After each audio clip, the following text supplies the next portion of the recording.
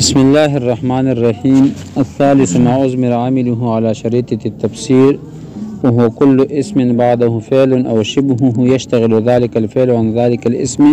بضميره أو متعلقه بحيث لو سلط عليه هو أو مناسبه لنصبه نحو زيدا ضربته، فإن زيدا منصوب بفعل محذوف مضمر وهو ضربته يفسره الفعل المذكور بعده وهو ضربته، ولهذا الباب فروع كثيرة. په دې فصل کې مصنف د مفعول به عامل ناسب حذف کولو دریم وجوبي صورت ته بیانوي چې هغه ما أزمر عامله على شريطة التفسير ده.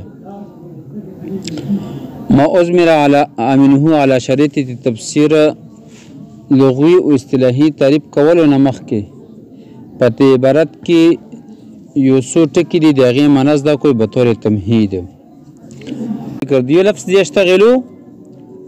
ٹھیک ده او بل لفظ دی سلطه او دریم مناسب ایدی معنی پہلے ازدا کوئی دا اشتغلو مضارع ده ٹھیک ده کنه کوم باب ده افتعال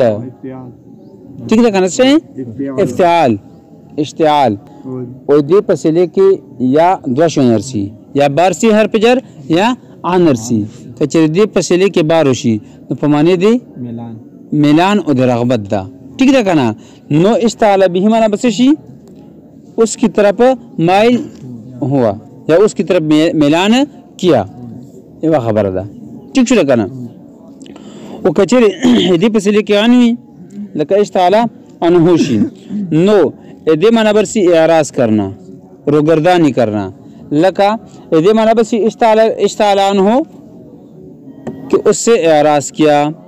ٹھیک ہے کنا اس سے اعراض کیا. دویم لفظ سلطہ دا سلطہ دا مشتق دی تسلیط مصدرنا تفعیل نه دا کنا بابی تفعیل نه ٹھیک شو کنا. او دی معنی خپل مسلط کرنا خپل معنی څه ده خو په دې کې دا معنی نه ده معنی څه مسلط باب تفعیل نه کنه تسلیط ماضی مجهول صيغه ده ماضی مجهول باب تفعیل نه مجهول صيغه ده مصدر څه تسلیط معنی څه ده مسلط کرنا خو دې کې دا معنی مراد نه ده په دې کې څه معنی مراد ده په دې کې مطلب دا ده چې دا فعل یا شبه فعل په اسم باندې مقدم کړی شي فعل یا شبه فعل په اسم باندې مقدم کړی شي او دا فعل او شبه فعل دغه اسم دی پر عامل جوړ شي څه ته جوړ شي عامل ته جوړ شي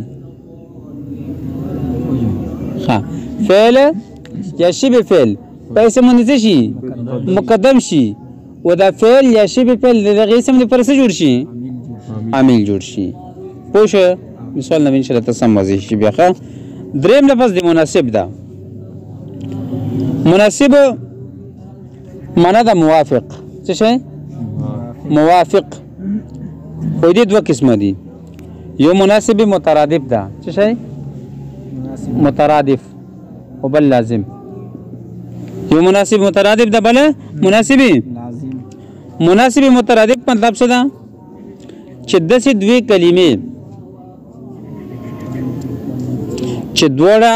ایوا معنی ورکی دوړه ایوا معنی ورکی دې ته ویل شي مناسب مترادف چې ول لفظ کوم معنی وي د بلم سوي ما معنی وي. او مناسب لازم چې یو لفظ کوم معنی ورکوي بل لفظ ته د معنی لازم وي سوي ته لازم وي پونه شپه پوښبه اسانه ده کنه یو مترادف یو مناسب مترادف ده یو مناسب لازم ده. مناسب مترادف څه ته ویل شي چې دواړه یو شان معنی ورکوي دواړه لفظ یو شان معنی ورکوي لکه جلوس و قعود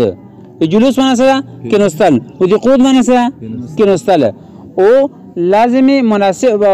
مناسب لازم معنی څه ده چې دوړ معنا خو نه وي خو یو لپس چې کوم معنا ورکی هغه بل څه وي لازم وي لکه مو تاسو وی چې د ضرب معنا څه ده مارنا او اهانه معنا څه ده اهانت کوله نو څوک چې کسو یو هغه اهانت هم شي کنه ٹھیک شو نو دوست د ضرب معنا د اهانت څه ده لازم ده مناسبه لازم شو پدې کې پوه نه شو پوه شو اوس ما ازمر عامله على شريط التفسير لغوي معنا څه ده ما اغا شيء یا اغا مفعول ازمر عامله على شريطة التفسير چې دیغي عامل د تفسیر په شرط باندې حذف کړی شوی وي یا مقدر کړی شوی وي وہ شيء یا وہ مفعول جس کا عامل تفسیر کے شرط پر مقدر کیا گیا ہو یا محذوف یا حذف کیا گیا ہو دای لغوی معنا ده ها اوس اصطلاحي تعریف هم ته مصنف په خپل کړی دا ٹھیک ده کنه وهو كل اسم بعده فعل او شبهه يشتغل ذلك الفعل عن ذلك الاسم بضميره او متعلقه بحيث لو سلط عليه هو او مناسبه لا نسبه پوه شو دا ټول تعریف ده ها پوه شو دا تعریف ده دا اسم دا چې د دینه بعد فعل یا شبه فعل وي او دغه فعل یا شبه فعل مشغول وي دغه اسم نه بضمیره په خپل ضمیر سره او متعلق یا په متعلق یا په متعلق کې مشغول وي یا په ضمیر کې مشغول وي بحيث لو سلط عليه هو او مناسبه کچره مسلط کړل شي عليه په دغه اسم باندې هو دا فعل یا شبه فعل او مناسبه یا دی مناسب لازم یا مناسب مترادف نو لا نسبه نو نسب ورکوي پوه نه شوی وګورئ ترجمه ته وګورئ خپل پوه شو وهو كل اسم دا هر اسم دا بعده فعل چې دینه بعد فعل او شبهه یا شبه فعل وي يشتغل ذلك الفعل مشغول وي دغه فعل عن ذلك الاسم دغه اسمنا بضمیره په خپل ضمیر سره او متعلقه یا په خپل متعلق بحيث لو سلط په داسې طریقې په داسې حیثیت که چیرې مسلط کړی شي دا ضمیر یعنی مقدم کړی شي چې مقدم کړی شي علیه په دغه اسم باندې هو دا فعل یا شبه فعل او مناسبه یا دی مناسب لازم یا مناسب مترادف لا نسبه نو نسب ورکوي نحو زیدن ضربته نحو زیدن ضربته په معنی باندې پوه شو اصطلاحي سمته ویلم چې هغه اسم چې دینه بعد فعل یا شبه فعل وي او دغه فعل او شبه فعل مشغول وي دغه اسم نه پس کې په ضمیر کې یا په متعلق کې ٹھیک شو کنه په داسې طریقې باندې چې کچره دغه فعل مقدم کړی شي په دغه اسم باندې ٹھیک ده کله فعل مقدم کړی شي یا مسلط کړی شي په دغه اسم باندې نو دا یا دغه فعل مناسب ٹھیک ده کنه دغه فعل مناسب ا مقدم کړی شي یا مناسب هم د لازمي کا مترادف وي نو دغه اسم ته څه ورکوي نسب ورکوي چې کلم دی وشي تعریف تی کنه نل ته څه وي یو به معرف وي یو به معرف وي ٹھیک ده نو په دې تعریف کې به ما ازمنه على شريط التفسير ده معرف ده ٹھیک ده کنه وهو كل اسم بعده فعل الى نسبه لا نسبه پوره ٹھیک ده دا ټول دې څه ده معرف تعریف ده معرف تعریف ایوا خبره ده نو د هر تعریف کې جنس وي یو او فصول وي پکې ٹھیک ده کنه جنس خپل ټول افراد ته شامل وي که غادي د دې افراد وي او که غیر وي ټول ته شامل وي ٹھیک شو کنه خو فصل سره غیر وزي غیر وزي جدا شته پوښي په خبره باندې نو په دې تعریف کې کل اسم دا جنس دا کل اسم چې دا جنس دا دا هر اسم ته شامل ده کغه نه مخکې فعل وي او کا نه وي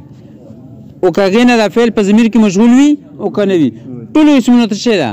شامل ده خو فعل او شبهه دا فصل اول لا دین هغه اسم وتل چې دغه نه مخکې اګنه ورستو فعل نوي دین هغه اسم وتل چې اګنه ورستو فعل یا شبه فعل نوي لکه زید ابوکا نو زید اسم نه کنه وګنه بعد ابوکا دا نو ابوکا نه فعل لا او نه شبه فعل لا پوه شو په خبره باندې يشتغل ذلك الفعل عن ذلك الاسم بضميره او متعلقه دا فصل ثاني ده اچھا دا فصل ثاني ده ادينا سوتلو ادينا هغه اسم وتل چې غنه بعد فعل یا شبه فعل هوي غنه بعد فعل یا شبه فعل هوي خو په دې اسم کې عمل کوي په دې اسم کې عمل کوي لکه زیدن ضربتو زیدن ضربتو دا ته وتل پوه نه شوې ویلي ځکه چې زیدن د ضربتو د پر مفعول به ده زیدن ضربتو څه مفعول به مقدم ده پوه نه شوې دویم فصل څه ده يشتغل ذلك الفعل عن ذلك الاسم بضميره او متعلقه دا فصل ثاني ده دا څه ده فصل ثاني ده ادينا هر اسم وتل چې غنه بعد فعل یا شبه فعل ہوئی خدا د فعل یا شبه فعل مهره معمول جوړیږي یعنی دا فعل یا شبه فعل په دې کې عمل کوي لکه زیدن ضربتو زید یو اسم ده ٹھیک ده کنه و دینه بعد فعل لا او دغه فعل دینه بعد څه ده اسم هم ده و دینه بعد فعل هم شته خو دغه فعل په دې کې عمل کړی ده ویری ځکه چې د دې پر څه جوړیږي مفعول به ته جوړیږي پوه شئ په ښه بحيث لو سلط عليه هو او مناسبه لنسبه دا فصل ثالث دا دریم فصل دا ادینا سو وتلو ادینا ها اسم وتل چې ګنه بعد فعل یا شبه فعل وي او دا فعل او شبه فعل ادینا اعراض هم کړی وي په ضمیر کې عمل کړی وي ټیک ده کنه خو کچې دا فعل یا شبه فعل په دغه اسم باندې مقدم شي نو نسب نه ور کوي ٹھیک ده کنه نسب نه ور کوي لکه زیدن ضربا او ضربا که په زید باندې مقدم شي نسب نه ور کوي ها څه ور کوي رب ور کوي ګوره زید یو اسم ده دینه بعد فعل راغلی ده ٹھیک ده کنه او دغه فعل مشغول ده د زید نه په هو ضمیر کې ځکه چې ضربا په څه کې عمل کړی ده په هو ضمیر کې عمل کړی ده ٹھیک ده کنه اوس که دغه فعل په دې باندې مسلط کو ضربا زیدونی کو نو زید تنسب نه ور کوي بلکې رفع ور کوي نو دام ته وتل ونه شو په اسان د مرد روح پکې سنشته یار اسان ده کنه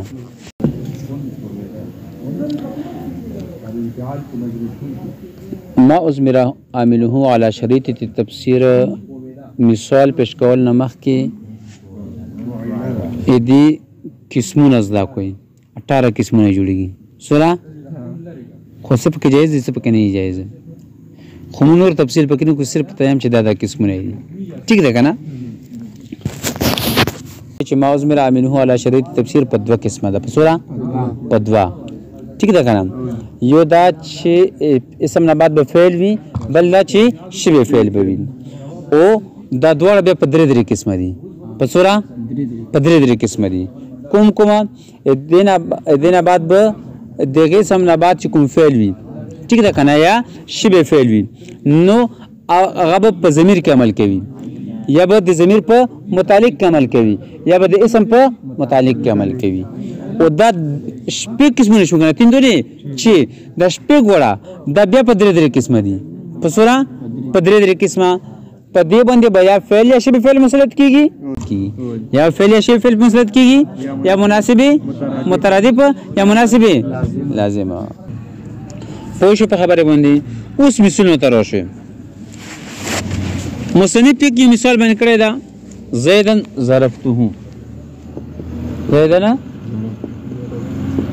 ضربته زید یو اسم ده ادینه بعد فعل راغلی او دغه فعل دا مشغول لا یا اعراض کړی دا په زید کې د عمل کولو نه پس سره په ضمیر سره پس سره په ضمیر سره په داسې طریقې باندې که ضربته په زید باندې مقدم کو نو زید ته به نصب ورکوي لکه ضربت زیدن ضربته ضربت زیدن ضربته دا اصل کې هم داسې اصل کې څه ضربت زیدن ضربته خو اول ضربته مو حذف کړل ویلي ځکه چا مفسر و او د تفسیر و د ذکر مفسر و تفسیر اجتماع رتلله څه شي مفسر و تفسیر اجتماع رتلله نو دا مو حذف کړل زیدن ضربته پوتې شول زیدن ضربته پوتې شول پوه نه شوې پې پوه شوې پې دویم مثال خام د شبه فعل مثال به دوه لیکم لکه زیدن انت ضاربه پوه شوې زیدن انت ضاربه اوس زید یو اسم ده او دینه بعد شبه فعل راغلی او دا شبه فعل دا مشغول لا یا اعراض کړی ده د زید نه په ضمیر سره پس سره اوس کچری دا ضاربه دا مقدم شي په زید باندې نو زید ته به څه ورکوي نصب ورکوي دا اصل کې و انت ضاربو زیدن انت ضاربه ٹھیک ده کنه نو دا انت ضاربون محذف کړل ویلي محذف کړل ځکه محذف کړل چې دا مفسر و وانت ضاربه تفسیر و نو اجتماع د مفسر و تفسیر رتلله نو دینه بچ کېدل پر مصحف حذف کړل انت ضاربون مته حذف کړل پوه شوي په دې باندې دریم مثال د مناسب مترادف مسلط کولو د ما ازمر عامله علی شریط التفسیر دریم مثال څه ده زیدن مررت به او دا غ صورت ده چې په دې کې مناسب مترادف مسلط کولی شي په اسم باندې ٹھیک ده کنه نو زیدن مررت به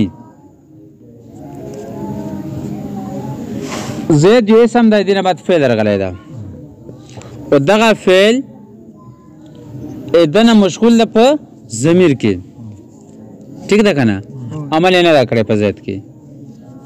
پوه شئ نو اوس کچرې دغه فعل مسلط کو بیا خو نسب نه ورکوي زید ته ٹھیک ده کنه خو کچرې دې مناسب مترادف مسلط کو بیا به عمل وکړي په اسم کې ٹھیک ده کنه بیا به څه وکړي او مناسب دا په خپله ویلې نشو مسلط کولی دې وجه زده کوی ځکه چې یا به دا سره د با مسلط کو یا به بغیر د با نه مسلط کوو که سره د با مسلط کو نو مررت بزیدین بشي نو بیا خو نسب یې نه کړه که نه نو ما ازمینه علی شریط تفسیر د قبیل نه نشولی نو په خپله دا خو مررتو با سره خو نشو مسلط کولی بغیر د با نه مسلط کو نو مررتو لازمی فعل د متعدی نه ده دا متعدی کیږي په حرف جر سره پوه شوې نو بغیر د حرف جر نه ده نشو متعدی کېدلی نو بیا نسب نشي ورکولی پوه شي په خبره باندې نو بیا به څه وکړو چې لکه د مناسب مترادف وګوره مناسب مترادف وګوره چې دې هم معنا لفظ وي څه شی ده جاوزتو څه شی جاوزتو زیدن مررت به پوه شویه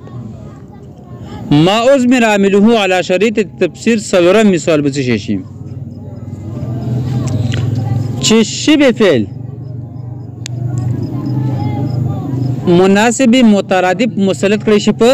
اسم باندې لکه زیدن انا مارن به ٹھیک ده کنه زیدن انا مارن به نو دا یو اسم ده دینه بعد شبه فعل راغلی او د شبه فعل مشغول دی دینه په څه سره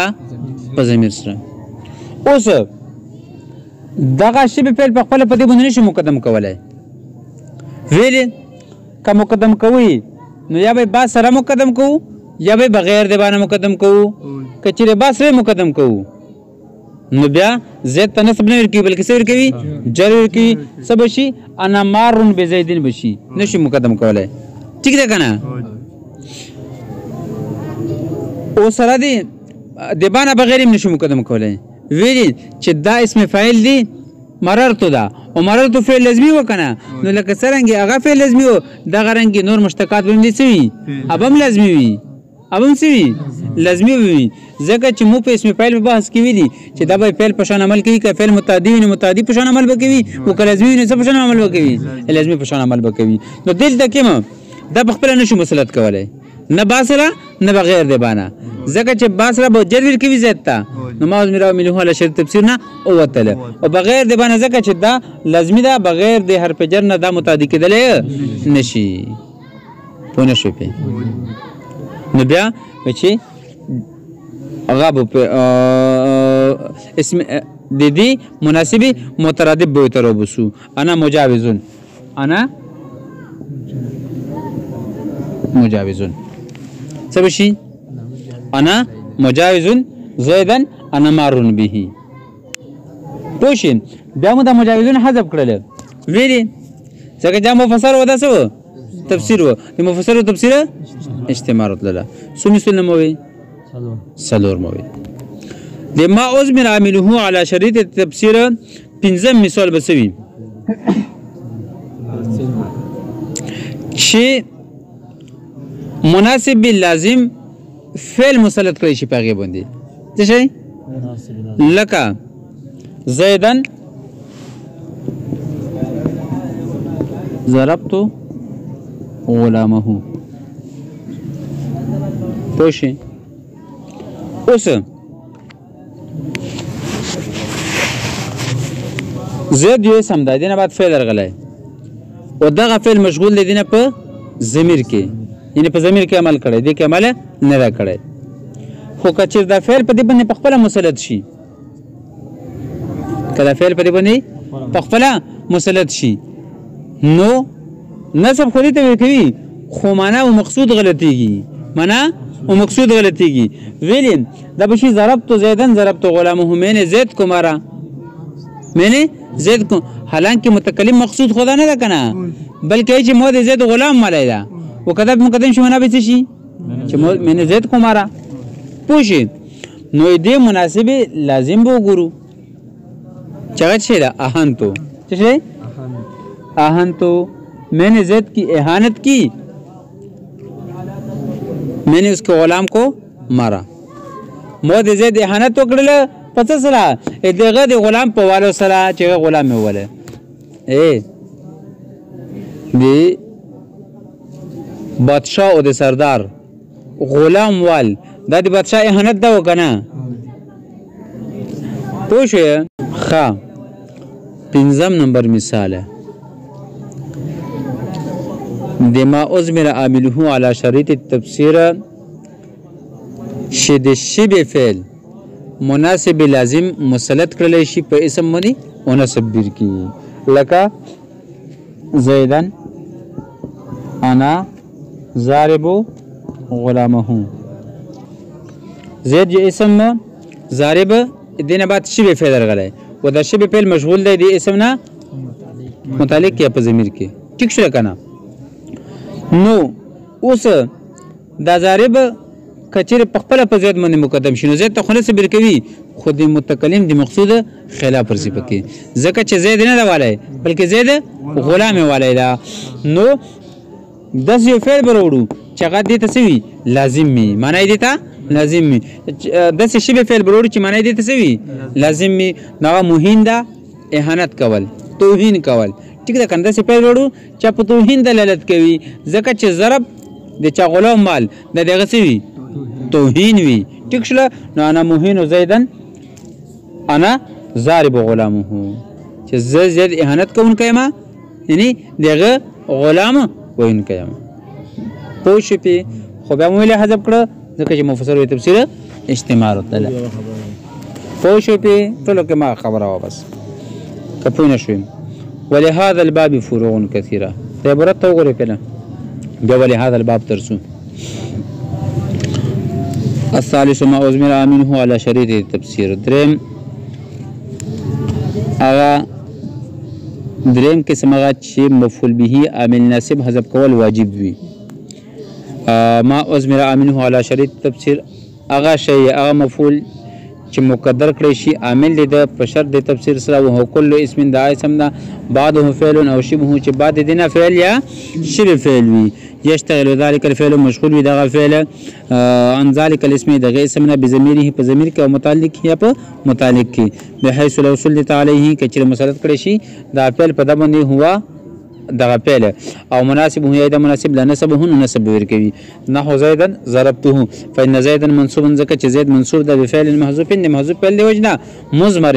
چې مضمر ده مقدر ده ټیک ده کنه وهو ضربته يفسر هو الفعل چې تفسیر کوي دغه فعل مذکور بعده وهو ضربته ولهذا الباب فروغ كثيره او چې د باب د پر ډیر فروغ دي